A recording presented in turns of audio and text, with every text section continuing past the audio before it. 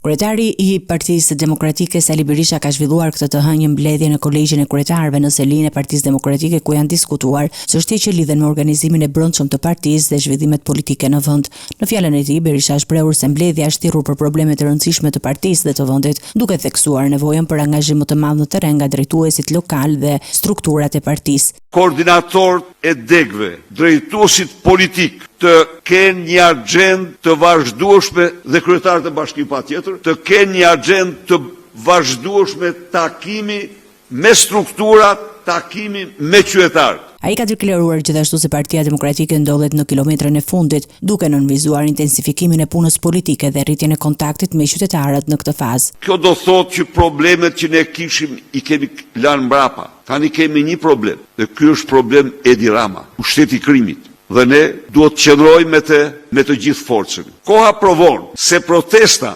është arma jonë më kryesore. Ky asgjësoi parlamentin, si kur ndonjëherë. Parlamenti është inexistent, nuk krijon asnjë komision hetimor parlamentar, nuk pranon asnjë interpelancë, nuk pranon asnjë debat me mocion. Deputetëve tanë nuk ju sjellin informacionin, dokumentat sipas ligjit të detyruar. A jep një, po një arsye që ne të braktisim parlamentin. Ne nuk e bëjmë atë. Jo, pikërisht sa ai don. Ne nuk e bëjmë atë. Por ne do bëjmë gjithçka me qytetarët kundër tij derisa të largohet nga pushteti. Berisha ka ngritur akuza ndaj qeverisë duke deklaruar se qytetarët shqiptar do të paguajnë rreth 1 miliard euro nga taksat e tyre për ndërtimin e portit në Porto Romano. Një pasuri publike që shkon në rreth 4 miliard euro shndrohet në Dubajin e 1.100 të Edi Ramës.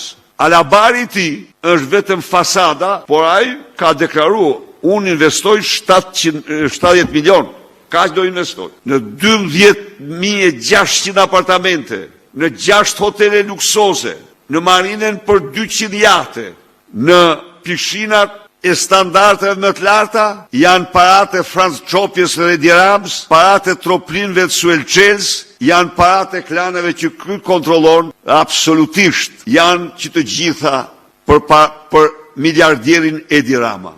Gjithashtu ai ka akuzuar kryeministrin Edi Rama se ka përdorur 83 mandate për penguar drejtësinë ndaj familjarëve dhe zyrtarëve pranë tij, duke I cilësuar këtë si një pengesë serioze për funksionimin e institucioneve. Pas faktimit dhe dokumentimit se Akshi është kopshti privat, në fakt është gropa e zezë e lindave të Ramës dhe vetë ati, vendosi, siç e dini, në një akt të pashembull, të mbyll dyert drejtësisë, të hedh në kosh kërkesën për arrestimin e Lubi Ballukut, duke qenë I bindur se do t'ishte radha direkte e tij, mbasi dosja Balluku në mbi 60% ishte vetëm dosja Rama.